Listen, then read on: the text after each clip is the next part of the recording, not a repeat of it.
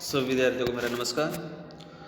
तो जैसा आप सभी जानते हैं कि पिछली वीडियो में हमने जो हमारा अध्याय था सूरदास के पद वो संपूर्ण किया था। आज की वीडियो में हम प्रारंभ करेंगे जो काव्यखंड का द्वितीय अध्याय है, तुलसीदास।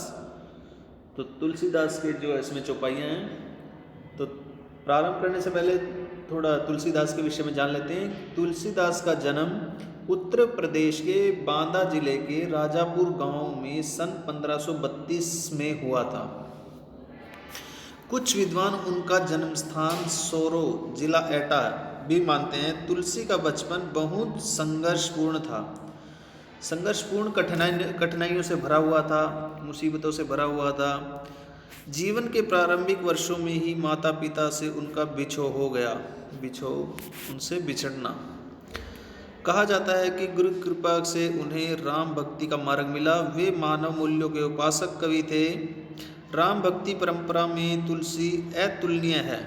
रामचरितमानस कवि की अनन्य राम भक्ति और उनके सृजनात्मक कौशल का मनोरम उदाहरण है। उनके राम मानवीय मर्यादाओं और आदर्शों के प्रतीक है, जिनके माध्यम से तुलसी ने नीति, स्नेह, शील, विनय, त्याग जैसे उदात्त आदर्शों को प्रतिष्ठित किया। रामचरितमानस उत्तरी भारत की जनता के बीच बहुत लोकप्रिय है। मानस के अलावा कवितावली, गीतावली, दोहावली, कृष्ण गीतावली, विनय पत्रिका आदि उनकी प्रमुख रचनाएं हैं। अवधी और ब्रज भाषा दोनों भाषाओं पर उनका समान अधिकार था। सन 1623 में काशी में उनका देहावसान हो गया। देहावसान होता है निधन, मृत्यु। तुलसी ने रामचरितमानस की रचना अवधी में और विनय पत्रिका तथा कवितावली की रचना ब्रज भाषा में की। उस समय प्रचलित सभी काव्य रूपों को तुलसी की रचनाओं में देखा जा सकता है। रामचरितमानस का मुख्य छंद चौपाई है तथा बीच बीच में दोहे, सोरठे, हरि गीतिका तथा अन्य छंद पिरोए गए हैं। विनय पत्रिका की रचना गेय पदों में हुई है। गेय पद वो होते हैं जो गाए जाते हैं। कवितावली में सवैया और कवि छंद की छटा देखी जा सकती है। उनकी रचनाओं में प्रबंध और मुक्तक दोनों प्रकार के काव्यों का उत्कृष्ट रूप है। यह अंश रामचरितमानस के बालकांड से लिया गया है, जो हमारा अध्याय है।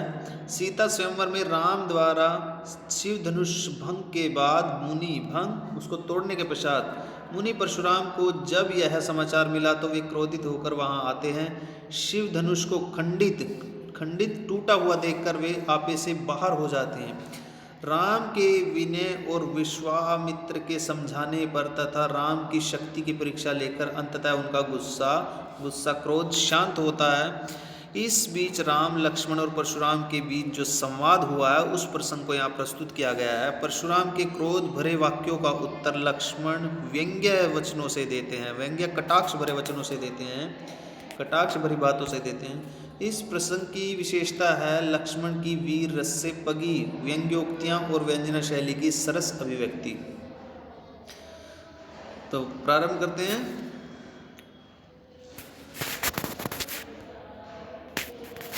नाथ शंभु धनु भंज निहारा, होई केऊ एक दास तुम्हारा। आयेसु कहा कही है किन मोही, सुनी रिसाई बोले मुनि कोही। सेवकू जो करे सेवकाई, अरि करनी करिए लड़ाई। सुनहु राम जेहि शिव धनु तोरा, सहस बाहु सम सो रिपु मोरा। सो बिलगाऊ बिहाई समाजा, न तमारे जेहि सब राजा। सुनी बुनी वचन लखन मुस्काने, बोले पर सुधरहि अवमाने। बहु धनुई तोरी लरिकाई, कबहू न असी रिस कीन्ही गोसाई। येहि धनु पर ममता केहि हेतु, सुनी रिसाई कह भृगु कुल केतु। रे नृबालक काल बस बोलत तोहि न संभार, धनुहि सम त्रिपुरारि धनु विदित सकल संसार।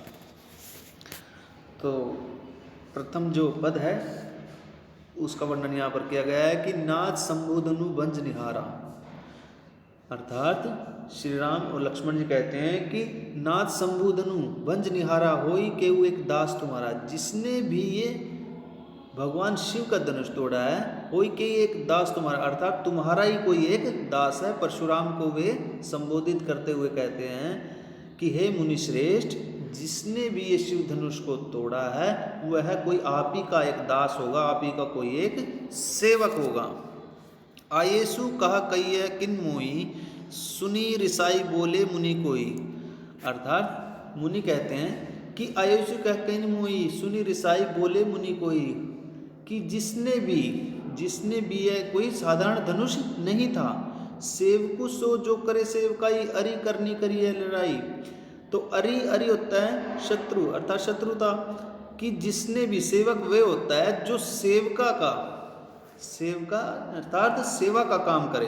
परशुराम जी कहते हैं इसको कि सेवक वह होता है जो अर्थात सेवा करे। लेकिन अरि करनी, जो शत्रुता का काम करता है उसके साथ तो क्या करनी चाहिए, लड़ाई करनी चाहिए, युद्ध करना चाहिए। प्रथम पंक्ति में नाग संबोधनु भंज निहारा, कोई एक दास तुम्हारा, अर्थात लक्ष्मण और श्री राम जी कहते हैं कि जिसने भी शिव धनुष को तोड़ा है वह आप ही का कोई दास होगा। आयेसु कह कहिए किन मोही, सुनी रिसाई बोले मुनि कोई। अर्थात इसी धनुष के प्रति अर्थात इतना आपका मोह क्यों। लेकिन परशुराम जी कहते हैं कि सेवक वह होता है जो सेवा का काम करे, लेकिन जो शत्रुता का काम करता है वह तो उसके साथ तो क्या करनी चाहिए, लड़ाई करनी चाहिए, युद्ध करना चाहिए। सुनहु राम जेही शिव धनु तोरा, सहस बाहु सम सो रिपु मोरा। अर्थात जिसने भी, परशुराम जी कहते हैं कि जिसने भी है शिव का धनुष तोड़ा है, सहस बाहु सम सो रिपु मोरा। रिपु शत्रु, रिपु प्रवाच्य शत्रु का, कि वह सहस्त्र बाहु के समान ही मेरा क्या है, शत्रु है। सो बिलगाऊ बिहाई समाजा, न त मारे जे सब राजा। अर्थात जिसने भी शिव धनुष को तोड़ा है वह इस भरी सभा से अलग हो जाए, एक तरफ हो जाए। न त मारे जे सब, अन्यथा ये जितने भी सब राजा लोग यहाँ पर विद्यमान हैं वे सब के सब मारे जाएंगे। सुनी मुनि वचन लखन मुस्काने। अर्थात परशुराम जी के वचनों को सुनकर लक्ष्मण जी मुस्कुराने लगे। बोले परशुधरी अवमाने, बहु धनुई तोरी लरिकाई, कबू न असी ऋषि किनी गोसाई। अर्थात कि हमने बचपन में ऐसे बहुत सारे धनुषों को तोड़ा है, तब आपने इतना जो क्रोध उस समय नहीं किया। यही धनु पर ममता की हेतु, अर्थात इस धनुष पर ही आपकी इतनी जो ममता है, जो प्यार है, जो प्रेम है विशेष प्रकार का, वो इस पर ही इतना क्यों। सुनी रिसाई कह भृगुकुल केतु। अर्थात कि हे मुनिश्रेष्ठ, इतना जो क्रोध है, जो प्रेम है इस धनुष पर ही क्यों। तो सुनी रिसाई, ऐसा क्रोध में भर करके भृगुकुल केतु परशुराम जी कहते हैं कि रे नृपालक काल बस बोला तो ही न संभार, कि हे राजा के पुत्र, काल बस तू अपने अधीन नहीं, काल के अधीन होकर बोल रहा है, न संभार अर्थात संभल कर बोल। धनुई सम त्रिपुराधिनु, अर्थात यह कोई सामान्य धनुष नहीं था। विदित सकल संसार, इस बात को समस्त संसार जानता है कि यह भगवान शिव का धनुष था, कोई सामान्य धनुष नहीं था। तो आज की वीडियो में इतना ही। प्रथम पद और तुलसीदास जी का जो है वो जीवन परिचय हमने किया है। तो सभी विद्यार्थी इस पद को और तुलसीदास जी का जो परिचय है उसको अच्छे से याद करेंगे। धन्यवाद।